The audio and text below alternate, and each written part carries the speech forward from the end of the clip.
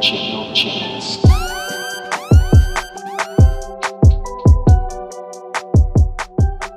What's up, everybody? This is episode 10 of the No Chance podcast. As always, your beloved host, Ryan and Nate.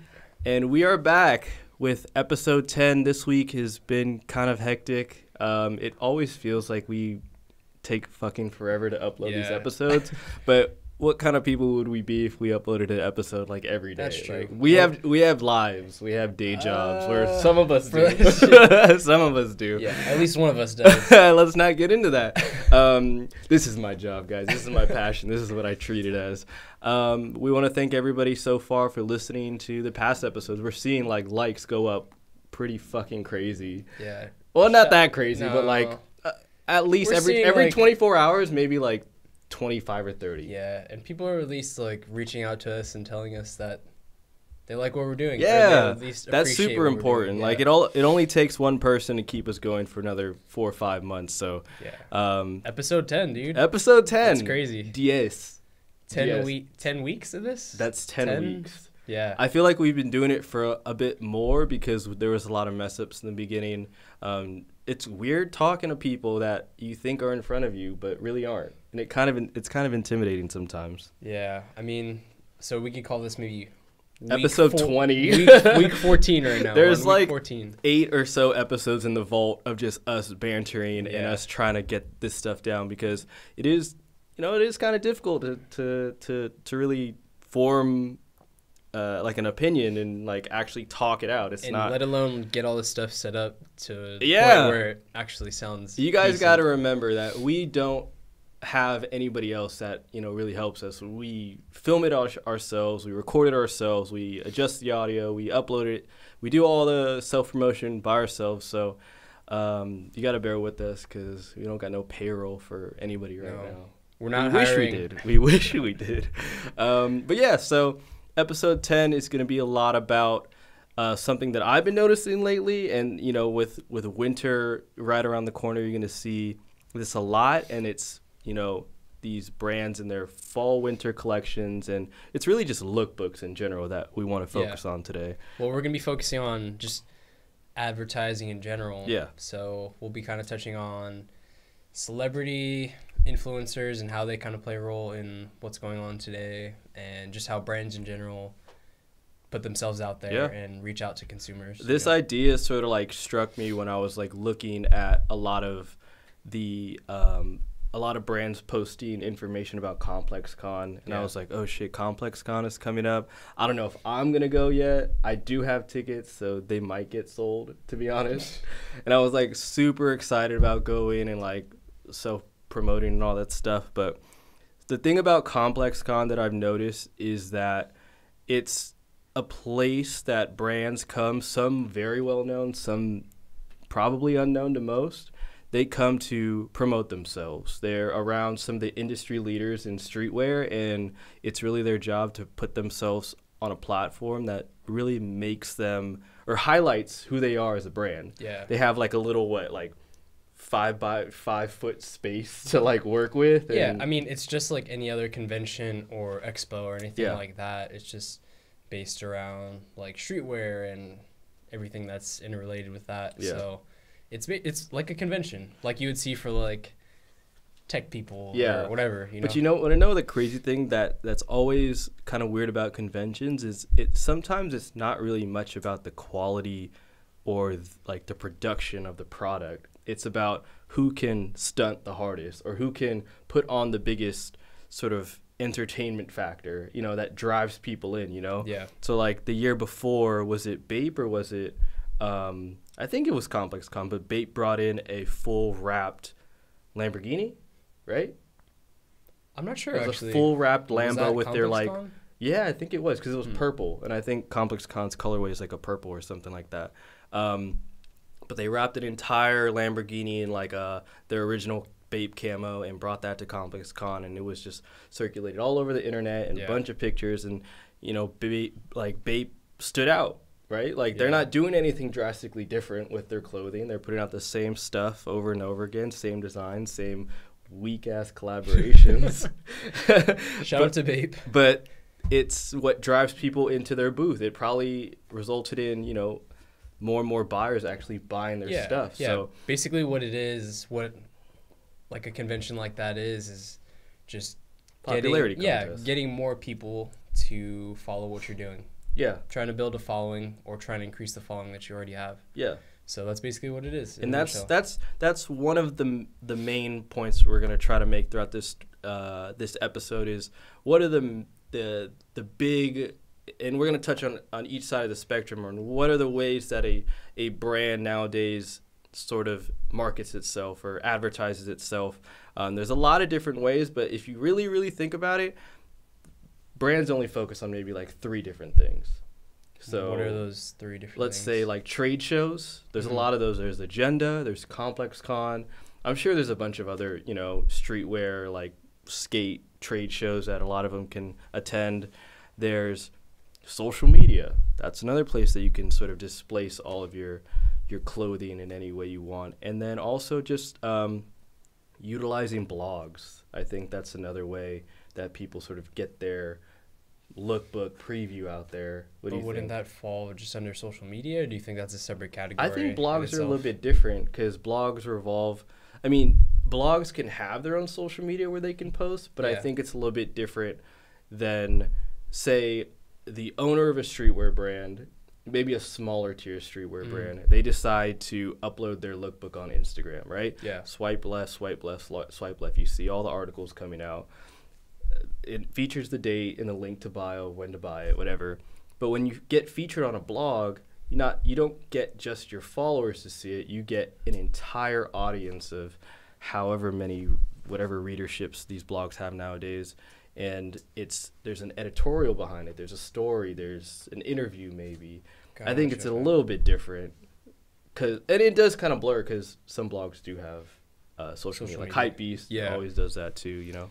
So what do you think about like traditional like advertising, like actual physical advertisements, like a billboard or whatever? Like, do you think that still resonates with like young people especially? And that's another thing, is that a lot of these ads are targeting like younger consumers because they know those are the types of people that are going to be more willing to spend money in order to have like the items that they're trying to sell. Yeah, and it really depends on, you know, where does that brand stand in terms of the rankings, I guess. If you, and rankings nowadays can mean a lot of things. Rankings can mean sort of their longevity in the streetwear game, as well as popularity, because you could pop off instantly. Ass Club, anti-social social club, for those who don't know, and one of the brands that we tend to ridicule a lot on this show, is a brand that it was relatively recent, but it's garnered a not popularity, but fucking like a cult-like following in a very short amount of time. So they're considered a little bit higher than some of these like smaller streetwear brands that have been around for a long time. Maybe are more niche, like Have a Good Time. You know, Have a Good Time, like that Korean brand.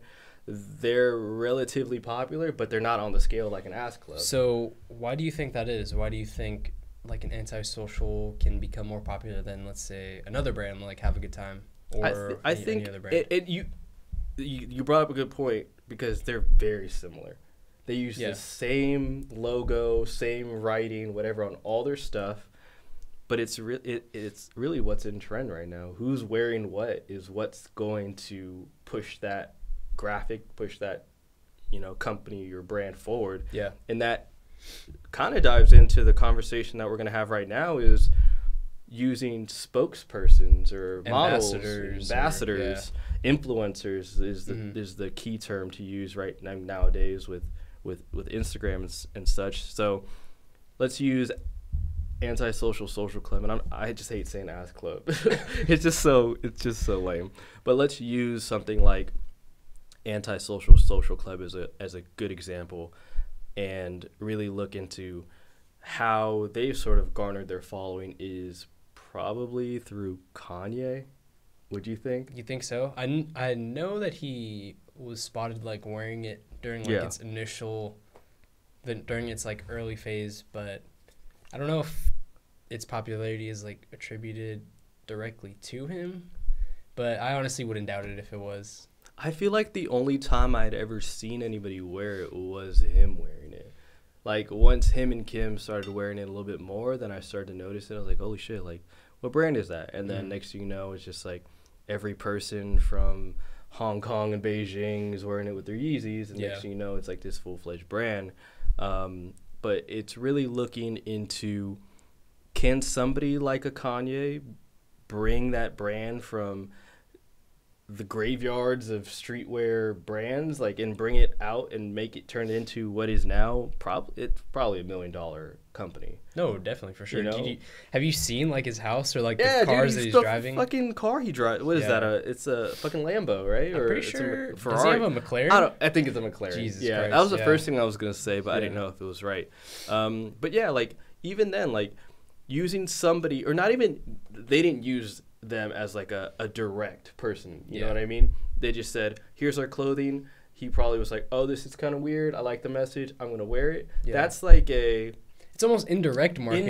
Yeah. So in some people in like the marketing industry is going to use that as like a, you know, unpaid advertisement, basically. So the clothing is just out there. If somebody likes it, they like it. If not, then, you know what, fuck it. But to have somebody as big as him decide to be like, I'm just gonna wear it, I don't even think he thought in his head, you know, this brand's gonna blow up after I wear it. I hope they're ready. You know what I mean? Like, but let's sort of talk about somebody like who's kind of like a whore. not literally, but who's like, let's tread lightly here. Who is whoring themselves out in terms of, and it could be high fashion because we see it all the time. Yeah. But high fashion and streetwear, who is it that you just see way too much? Kylie Jenner for sure. Yeah. But do you think that they're like reaching out to her to be like, hey, I need you to wear this stuff, or do you think it's more so like the Kanye effect of they just happen to hop on whatever? Oh, I'm sure both. I'm sure she's getting paid a ridiculous amount of money to showcase whatever items, you know, she's getting paid to wear or whatever, getting paid to use. So you don't think? Okay, remember? Okay, I don't know how close. That's how they make their entire living, pretty much, or that's how they make a lot of their living, is through promoting other brands. No, that's very much true. Like, advertising. I think we talked about this, or maybe I think we did. We talked about like how much you can make off of a fucking Instagram post. You could get easily, for them, I would say anywhere from like 6 figures upwards of like $1 million, dude, for a post. That is real. I looked it up. Kylie Jenner, for a basic post for like a like a vitamin company, for like a hair vitamin company, $1 million off the bat. Like, it's that easy. Yeah. And I did the math in my head, and I think about it like this. You have upwards of over, I don't know, how many followers does she have? Probably in the millions, I would imagine. Okay, say she has 15 million followers, right? Yeah. And that's probably lowballing, considering her being like the most popular person on Instagram. Consider you have 15 million followers. You put up an ad, right? And say 2% of your followers actually buy that product. Yeah. 2% of, let's say, 10 million is what? Like fucking 50,000, right? Like damn near something 50, like that. Damn near 50,000. Yeah. Let's say that product costs $20. 50,000 times 20 is, I'm assuming that's $1 million. It's a lot of money. I'm assuming that's $1 million. That's their money back instantly off of one post. Like that is considered to be like lucrative. Like if you were to have a scale, Kylie's actually losing in that sense because she could be getting paid more. That's crazy, that's right? true, but I don't think she cares. $1 million. Yeah, obviously. No one's that's like a day out on like shopping spree for her. Yeah. But yeah, Kylie Jenner is a great example. You have anybody else that's kind of like oversaturating the market in terms of you see their face on every single campaign, every single billboard? Bella Hadid, like we talked about earlier. I see her like a lot. I thought she was really cool at one point, And then did you watch the complex sneaker shopping? Yeah, and then you figured out what she actually sounded like in real life. Oh god, like, it was so bad. It was so bad. Cool. Yeah. It was like it was horribly whack. It was like, oh god. Yeah, it was hard to watch. It was honestly hard to watch. I kind of cringed. Yeah. Like homeboy's gonna like. Nah, I'm not even gonna finish that. But yeah, like that's definitely a really good example of companies sort of reaching out to the poster childs of high fashion streetwear and like utilizing them to the sense where it's just like, dude, I don't care. It's almost like saying like, I don't care about my collection. I'm just gonna use her to sell it, or like I'm gonna gain viewers or eyes because I have Bella Hadid modeling for our stuff. Yeah, and I mean, all of this is going back to what we always talk about in terms of just the age of the internet in general and how things have changed, especially in terms of marketing. I mean, you worked in marketing and like PR and all that stuff. Like, it's all done digitally now. All of it. Like, barely anybody is putting up like physical billboards or signs or anything like that. Yeah. It's all done to capture someone's attention within an instant. Yeah. So, and the only time you do see something like billboards is somebody that just doesn't give a fuck at all, like a Undefeated or a Union. Yeah. They'll just throw up some super obscure billboard that you won't even know what it is. That you have no idea, but they just do it because. But the people who know will know. Yeah, exactly. Yeah.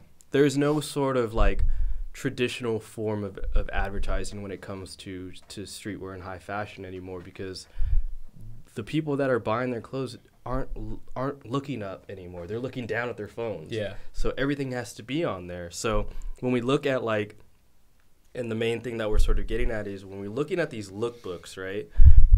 The main question is, do people even care anymore about their lookbooks? Like, do brands even care? Do brands give a shit about their lookbooks anymore?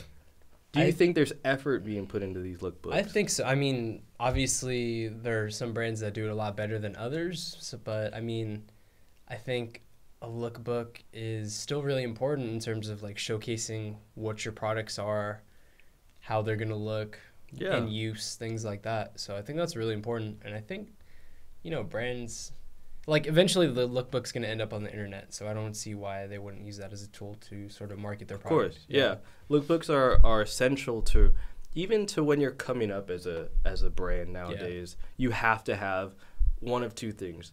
You have to have a lookbook. Mm-hmm. You have to showcase your sort of character as well as creativity. Yeah, and that's another thing, is that a lookbook gives the viewer some sort of idea of your brand identity, who you are. I was just about to say that word.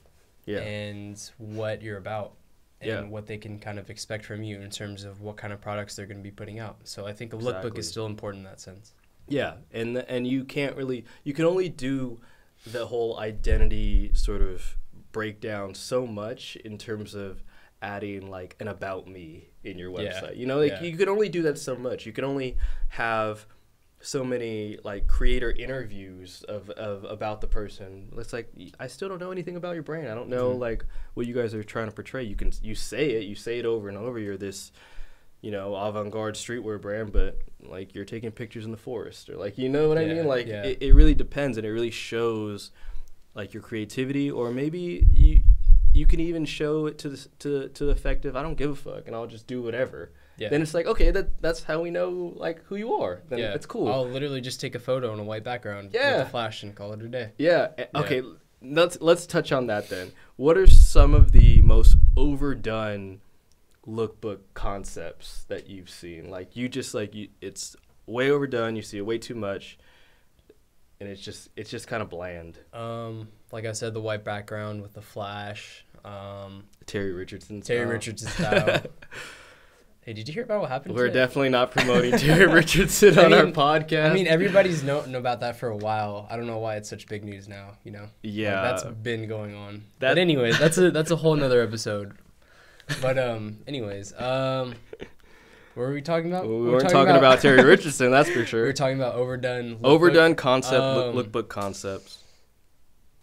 I don't know, just the whole kind of like cliche, like urban, like style lookbook, like sitting on firescapes or like shit like that, basically, and I mean, I'm throwing shots, but basically every lookbook that Nike is doing right now with like all of their like sportswear things. I didn't say that. For the record, I didn't say that. I think they're kind of dry. Like there's a couple of them that are like really creative. Like obviously Bella Hadid like dresses like the Farrah Fawcett look with the Cortezes. Like cool. Like throw an homage in there. Throw some old school ads in there. Sick. That's dope. But like in terms of being the most futuristic or like technology or just driving the culture forward brand. Really? I was gonna say a brand like Supreme. Oh, even like their lookbooks are they're pretty trash. Shit. Yeah. But the thing is, and that'll be our point a little later on. Stop talking about them. But anyways, hey, I'm sorry. They're like the pinnacle of streetwear right now. But that's the point we'll get into a little bit later in this is like the product aspect. Yeah. Because obviously, if you have great product, who cares about what your lookbook looks like, you know?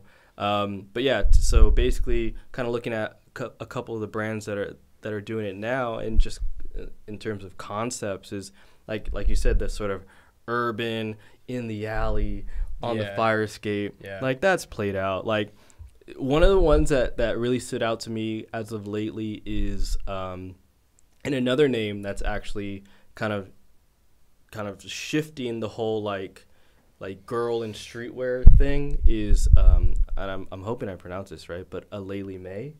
Right? Yeah, I'm pretty sure that's how you pronounce it. Right? Yeah. Yeah, so she just released a Air Jordan 1 with like these super crazy materials, which are so sick. Satin, right? Basically Shadow 1s, Air Jordan 1 shadows with a corduroy like upper. Corduroy, satin, like I think it's called chenille. Chenille is the swoosh. Chenille swoosh. Yeah. And then satin like crazy. Mm-hmm. And the lookbook that goes with it incorporates, and it was so cool, it incorporated a younger version of herself in, I'm assuming it's Los Angeles. Yeah, I think, is she from LA? I believe she's from LA. I think so. Yeah. But in Los Angeles, if not, correct us, with like these like the corduroy slippers. Yeah. That's very popular in like Hispanic. Yeah, because that was her reference point for the shoes in general. Yeah, that's sick. Like there's no need for any extra frills. Yeah, it was a really simply done lookbook. It was literally it was someone's backyard. Pictures. It was three fucking pictures. There's like a plastic chair, her, and then like a little girl. Yeah, and then some cholo dude. And that's it. And that was it. And that's all it really takes nowadays. And that's the things that I like in terms of lookbooks is I want to see some sort of character. I don't need to see like a bunch of outrageous stunts or whatever. I need to see character, or the creativity has to be, out of this world. I don't know. What do you think? Yeah, I mean, I'm a fan of simpler lookbooks. I definitely think less is more. I think when you try too hard, it definitely shows through, like we always talk about. But I don't know. I think the reason why it's so successful in terms of that little ad campaign, if you want to call it that, with her little lookbook, is because the product that she's trying to sell is good. For one, it's good, like it's visual pleasing, but it's also, it has substance to it. Like it's rooted in her memories as a child, like wearing those slippers. Yeah. So it has some sort of meaning there. Yeah. So I think that just makes it a little bit stronger in that sense, It's always it's a little bit harder. It's less convincing if an ad with, let's say, like Kylie Jenner is in it, and I just don't see the connection between her and the product that she's trying to sell. Because there's no substance. Yeah, there's no connection there, so I don't see, it doesn't make sense for her to be in that ad.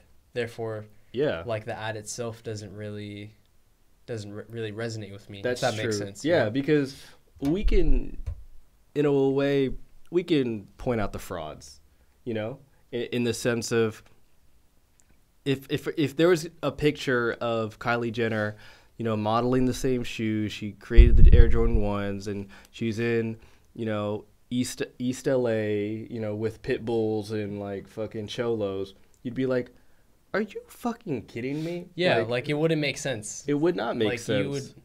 You would automatically think that that's ridiculous. Yeah. At least to most people. Yeah. Yeah. And to have that that bit of story behind it, and for people to be like, you know, like that's actually her. Like that's exactly where she got her inspiration from, and that's the essence of streetwear right there. That's the essence of being true to yourself and making products and clothing that incorporate a bit of yourself, basically, and that's what drives people towards it, because people don't like things that are fraudulent.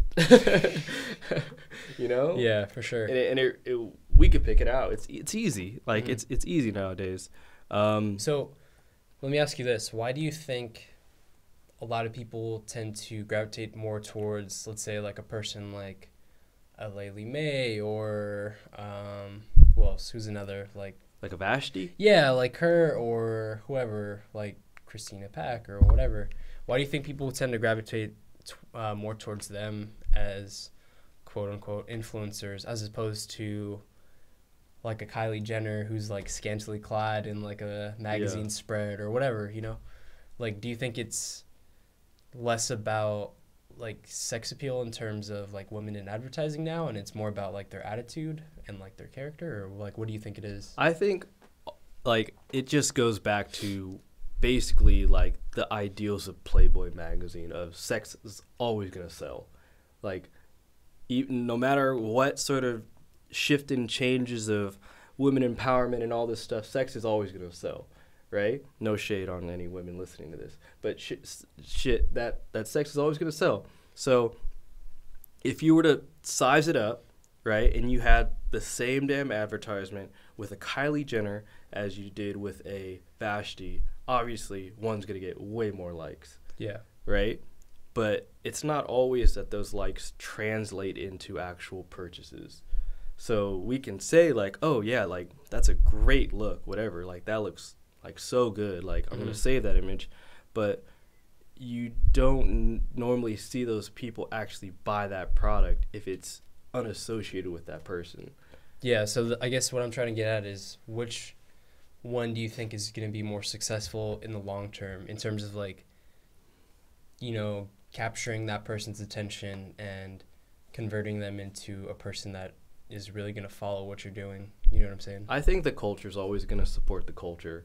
So when you see somebody that's original, that's been in the game, like a Vashti, like a Christina Pack, they've been around, you know, hundreds of different brands, consulted for all these different people, and have been in, you know, run their own brands themselves. So it's something that anybody that's in streetwear can relate to. So in that sense, they're always going to support, and streetwear usually lives on by other streetwear people supporting it, you know? Yeah, well, I don't think it's necessarily about how much time you've put into the game. I think it's just about whether or not that person can actually connect with you as an influencer, as an artist, or whatever, whether whatever you're doing can resonate with them or not, you know? So if you had somebody, let's give her just a random name, Android, right? You had this girl named Android, right? And she just puts on a Supreme box logo and has a Supreme carpet and, you know, Supreme posters, right? And dresses like she's like a Christina Pack and wears off-white, right? She has this persona of being in streetwear, having a knowledge of streetwear, and she wants to start her own brand. And maybe she's just, you know, overly pretty, right? You look at that, right? You think, you sort of create that mental image in your head of this girl, and you already think, and with no background in streetwear at all, you already have this sort of stigma of her of just being like, ew.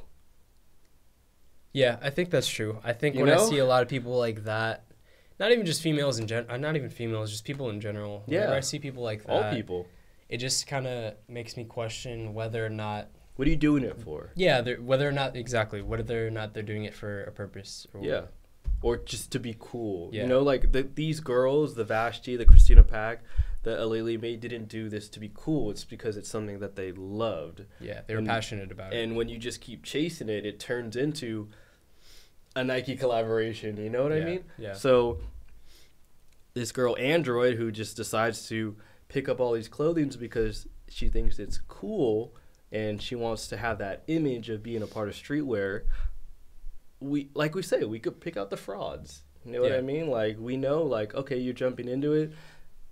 Nah, it's not going to work. It's not going to work. And you can know as many people as you want, but your consumers know who you really are, in the sense of, do you really fit into this game? If not, I'm not going to choose you. So, I don't know. How does this all play into what we were talking about? Because we're looking at where this is going to go to the future. Yeah. So this idea of having a lookbook, using somebody like a Bella Hadid, use the Bella Hadid in the next Supreme ad, you're going to get, you know, some eyes, but it's not going to result in more people buying it. You're not going to get the high fashion group to be like, oh my God, they use Bella Hadid, I'm going to go buy their clothing. Mm-hmm. It's Supreme. But now say you use Bella Hadid in a smaller brand. What do you think it's going to do? What do you think that's going to do to them? Smaller brand? Use Bella Hadid in a small brand like, I don't know, they're considered small in the grand scope of things, but like a Carhartt. Like a Carhartt work in progress. Bella Hadid models for them. Construction site, Sledgehammer. Oh yeah, they're definitely gonna sell out for sure. You think so? Like that stuff's gonna fly off shelves for sure. You think so? Yeah, I think so. The same clothes that it's their collection's no different from the past season. You think it's still gonna sell out just because she's modeling? I think whether we're conscious of it or not, we're being influenced all the time. Whether it's from celebrities setting trends and that eventually like trickling down to us, or just being influenced by, or yeah, basically that's what it is. Like a lot of the times what it is that maybe a celebrity will do it first and it'll eventually make its way down to us. Yeah. And we just don't necessarily see that connection. So it's very subconscious. Yeah. Yeah. You're not really thinking about it. You're just kind of doing it because you think it's cool, but you don't necessarily know why. Yeah. You know what I'm saying? Because trends, like, it's crazy because we don't think trends are a thing until they're being sold at fast fashion house. Yeah. But we don't know that it's already being done or has already almost been killed off by a celebrity that's already been rocking it for like the past, month or so. Yeah. Trends don't last that long in general, but that's what we're trying to get at is. There's this photo of Kanye that I saw the other day. It's like early Kanye, and he was wearing like Rick Owens like pants and like Jeremy Scott like Adidas. Oh God, with the big wings. Yeah, like the ones, and like a Comme des Garçons shirt, and I was like, dude, like he was actually pretty ahead of his time, like compared to like all the rest of us, Definitely. So I think, in that sense, like an influencer can make a huge impact. It's just we don't necessarily see it. Yeah. Yeah, definitely. Yeah. And I think, I'm right there with you. If a Bella Hadid is modeling Carhartt work in progress, that shit's going to get bought out. Yeah, I'm stop buying that shit. Because you already know the same people that attend the New York Fashion Week, the girls that idolize the Bella Hadid, the Hadiders, whatever they're called. I don't know. Is that what they're called? I don't know, dude. Beyonce has the Beehive. They probably have the Hadiders or something like that. But they're probably going to go out and buy that shit. And it's probably going to be sold out.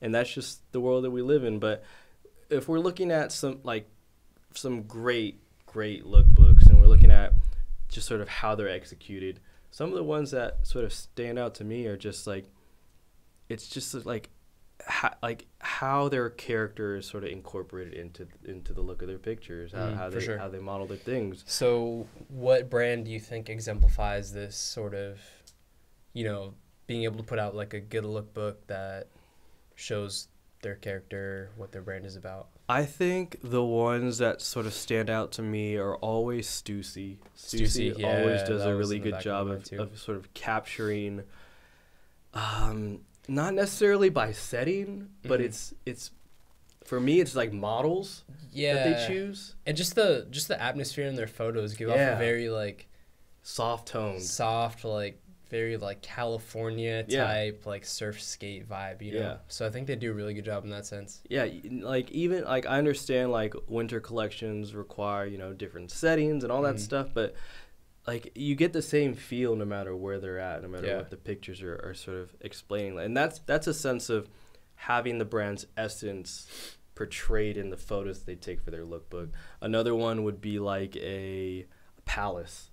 Palace does a really good job in their lookbooks because their clothing and their sort of like, if you ever read like the captions for their photos or look at the captions for their stores, it's always very like flamboyant or like in your face, like we don't care. It's just like it's whatever. Yeah. So like their pictures are just like they're wearing like full tracksuits with bucket hats and they just look super gully and it just looks crazy, right? Yeah. Like, and then literally on the description on the website for the product, it'll be like, it's a hat. Yeah. Like, yeah. Oh, thanks, Palace. Like, I didn't know bag that. for your man tings or something like that. You know what I mean? And it's that totally speaks to exactly who they are. Yeah. And I really like that about them. Another one that is just its creativity was just off the chart for its time. I think I saw this in, let me guess the year, like 2013, 2014. A brand, small streetwear brand, probably not a lot of people have heard of it, but they were called Burma. It's super random. Yeah. But a company called Burma, they released a lookbook that was directly tied in with Grand Theft Auto San Andreas. What the hell? So all the characters in San Andreas were wearing the designs of their clothing. Like in the game? In the game. That's sick. And the pictures were taken, like there was one like he'd just be standing like this, and then the graphic was there. Another one where he's in the car, like. It was the dopest shit I've ever seen. And that's like really creativity to like the 10th degree, because not only do you have to figure out how the fuck you're going to get the design on your little players, but like just thinking of that is just, it's pretty fucking ridiculous. And I applaud creativity in that sense. And I haven't seen anything like that in a long time, like in terms of creativity. Yeah. Have you? Like, no, not really. Nothing that really stuck out to me. Nothing that I could remember like 6 months from now. Yeah, and if you type in lookbook on Hypebeast and you look at all of the like the lookbooks, because they feature one like literally every fucking day of like different brands, whatever, fashion houses, and they're all the fucking same. Yeah. And it's so crazy. Like it's almost like a sea of like your product just getting lost. Like it gets lost, right? Yeah. Like if you stand out, like even if you decided to take pictures in front of a black background instead of a white one, you'd probably get more views on Hypebeast than if you just had the same white picture over and over again. With the flash. With the flash, you know what I mean? A black background with the flash. And it gets really ridiculous, and that's just one of those things that I'm just starting to notice a little bit more and more. Yeah. Just surfing Hypebeast all the time. It's just something that I come across a lot. And, like, some of these brands it's just not cutting it anymore. It's just making me lose interest. So do you think advertising in general just needs to be more creative in order to recapture, I should say, like a broader audience? Yeah. Because, I mean, for me, I don't even pay attention to ads anymore. Like ads in the traditional sense of ads? Like ads in the traditional sense, or ads on Instagram, whatever. Like I just tend to tune them out because I know that they're ads, you know? So when you're talking about an ad on Instagram, it's like one of those like sponsored ads that you just like scroll over? Like a sponsored ad, or maybe whoever is wearing this, you know? Like it's... Yeah. Like we always talk about the flame fits. Yeah, like Travis Scott. Yeah, like, okay, Travis Scott. Okay. For instance, like, okay, I could see a picture of him wearing something. That doesn't necessarily translate to me wanting that.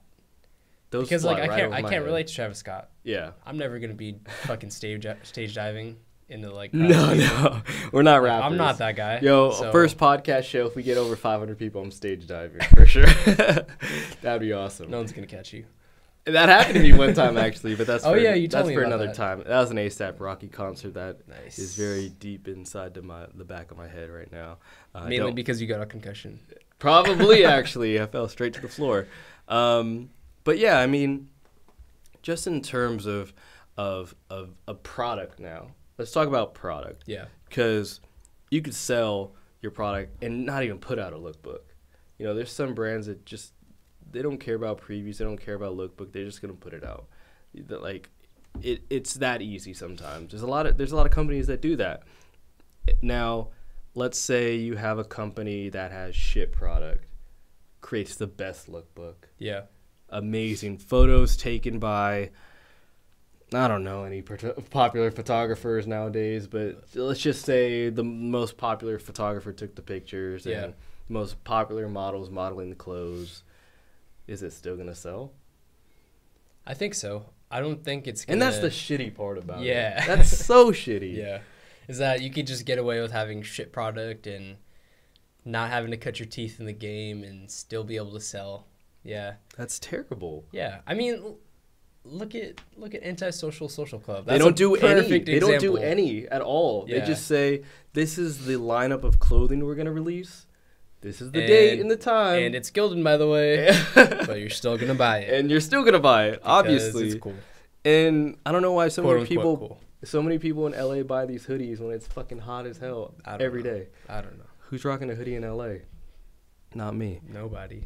But speaking of which, but that's a good point though, because they don't do any promotion. No. They do promotion maybe like running up to the day that they're going to launch their shit, but that's it. I mean, I think it's more like what we talked about earlier, that indirect marketing. Yeah. They don't necessarily do promotion themselves, but the right people have sort of not attached themselves to the brand, but have been seen wearing it. So therefore, that's sort of marketing in and of itself. Yeah. So. And I mean, in terms of just how that is now compared to how it was before, maybe what they did now of just putting stuff out and just releasing it, that's like the old school way of doing things. Yeah. Because there was no social media back then for them to, put up their lack of pictures. Maybe you put it in a zine or something. Yeah, a magazine. magazine. And by that time, it sold out. Yeah. Yeah. You know what I mean? But I think that's the biggest difference that I've started to notice between streetwear and high fashion. Because high fashion, they both focus on, the look, right? Mm-hmm. But I think streetwear, you get a lot more freedom. Because you're not always required to put out a lookbook. For example, Antisocial Social Club. They don't have to put out a lookbook to do very well in sales. Ooh, yeah. But a Gucci, Louis Vuitton, or maybe it's more prevalent now because of where they are in terms of their popularity at this point. Because I wasn't really paying attention to Well, I think it has a lot to do with streetwear not being kind of confined by the traditional like fashion system of like doing a seasonal collection, putting it out at this time, showing it at this place at this time, things like that. Yeah. So I think in a sense, like streetwear, there's a lot of wiggle room for brands to kind of maneuver around that, and they can kind of get away with, taking a few shortcuts, skipping a few steps, Yeah. and still be able to do really well. So that's true. I don't know. I think that's they're almost one and the same now, because you don't it's not like on like the Hypebeast like sort of their webpage. It's not like they like distinguish the two. You know what I mean? Like it's not like you see the difference between a high fashion lookbook and a streetwear lookbook. They're all one and the same on that website. Yeah. So it's almost combining the two into really one sort of world. Yeah. That you have visibility of, Yeah. That's just it's crazy. Yeah, we keep talking about this in every episode, but I mean, all of it's just so interrelated. Yeah. In terms of like how we consume, why we consume, and like what we're consuming. So. Yeah, and it just all goes back to sort of like what do you like? What do you like from your favorite brands? What is it about them that pushes you to like them even more? Like I've always loved Supreme and the sort of way that they do things, in the sense of, we're going to leak these 3 images and say this is when it's supposed to come out. Yeah. Then you're just like, holy shit, preview, lookbook, I got to look at everything. I actually don't care who the fuck is modeling the lookbook. I just want to see the product. So in that sense, product reigns supreme. Well, reigns supreme over Supreme, whatever. And it works for them. But for other ones, I just want to see the lookbook. You ever see the Tyler the Creator golf lookbooks? Like, those are so well done. Yeah. The Converse ones, like all the different ones. Like I think the recent one with the foot coming through the wall. Oh yeah. Like that's really cool. And then when they did their pop up in Korea, in Seoul, Korea, or whatever, like the giant Converse store had his foot coming out of the store and the shoe was out. I was like, that's so sick. Yeah. And that's so creatively done, and they always kill it like every time they release clothing or they do whatever. It really comes down to, like, what do you like? Do you like aesthetically pleasing visuals? Do you just like the product? Mm-hmm. Like, what attracts you to the brand that you seem to buy your clothing from? If you're buying it because, you know, the cool person at school is wearing it, then you're doing it all wrong, obviously. But if you're doing it because you like it... lame. lame. Anyways. But if you're doing it because, you know, you prefer, you know, your brand to look a certain way or, you know, advertise themselves in a certain way, then... shit, and that's when you roll with it. You know what I mean? Yeah. But the one thing that I was noticing a lot of as I was sort of doing the research and looking back through some old lookbooks is, and tell me what you think about this, is the freedom of streetwear lookbooks, and their freedom to do whatever they want, mm-hmm. and then you have like a high fashion which is very cut and dry. Yeah. So like, I was noticing this in a streetwear lookbook, you have girls, right? Girls of all shapes and sizes, of all races and ethnicities, piercings, tattoos, whatever, doing whatever the fuck they want, topless, whatever. Yeah. Then you have a high fashion lookbook, the same skinny model, probably some high-end model, probably of the same ethnicity maybe, doing the same poses, doing the same shit. Yeah. What do I think about that? What do you think about the sort of... And it makes sense for streetwear to have that flexibility, but mm-hmm. what do you think about the sort of the dichotomy of the two? What do you think about that? I mean, obviously, streetwear and fashion at some point were two black and white things. Yeah. And I think, obviously, like, high fashion in terms of, like Gucci, Margiela, whatever, like Dior, they have some sort of, like, they're known for being higher fashion. Yeah. Whereas a streetwear brand has more freedom to do whatever they want, like you said. Yeah. And I think that's the whole point of streetwear, is that streetwear was kind of a middle finger in a sense to higher fashion, you know? Like, streetwear was never meant to be fashionable. It was never meant to be cool. That's a good point, actually. It was just meant to be, you know, what it is. It's hard to, like, that's so true. Put it into a box, but it was never meant to be fashion. No, that's so true, because I always thought of streetwear as just, like, for your friends. Like, that's how I always thought of it. Yeah, like, I'm starting this because I want to make this shirt for me and my friends to wear. Yeah, or this is just how my friends and I style this or wear this, you know? And we want everybody to look like this or something like that. It's just really cool because you look at the beginning of streetwear and how some of these brands came up, and it's like, I like this logo. I like what it stands for. I hope everybody else likes what it stands for. I'm going to put it out there. Maybe people like it. Maybe people don't. And I think with high fashion, it's a lot of trying to please other people. Yeah. I think with streetwear, it was just, in the beginning at least, it was, like I said, just a sort of a middle finger to high fashion and sort of everything that high fashion kind of stands for. You know? Definitely. So anything associated with it, just sort of this anti-authority attitude. Yeah. So I think what streetwear was just an attempt to create some sort of, you know, culture of your own. Yeah. Because there was a culture which was the high fashion culture that you just didn't want to be a part of. Yeah. Or you couldn't afford to be a part of. You could never fit in with that. So people just decided to make their own sort of I think thing. That's the best part about streetwear. No, for sure. And easily. I think it's not only affordable, but it definitely speaks to who you are as a person. Yeah, it's a place. I think the reason why streetwear resonates with me so wholly is because it's sort of a subculture where you can be yourself. Yeah, of course. And anything and everything goes. Yeah. You can't really box in streetwear because streetwear can be literally anything and everything. Anything. Yeah. You can't go wrong in streetwear. Yeah. There's no. Well, you can. Well, you can. You can't. Like, there's things that are, you know, looked down upon, obviously, but you can't really go wrong because if you're selling, if somebody likes it, somebody's buying, I mean, you're not really losing. You know what I mean? Yeah.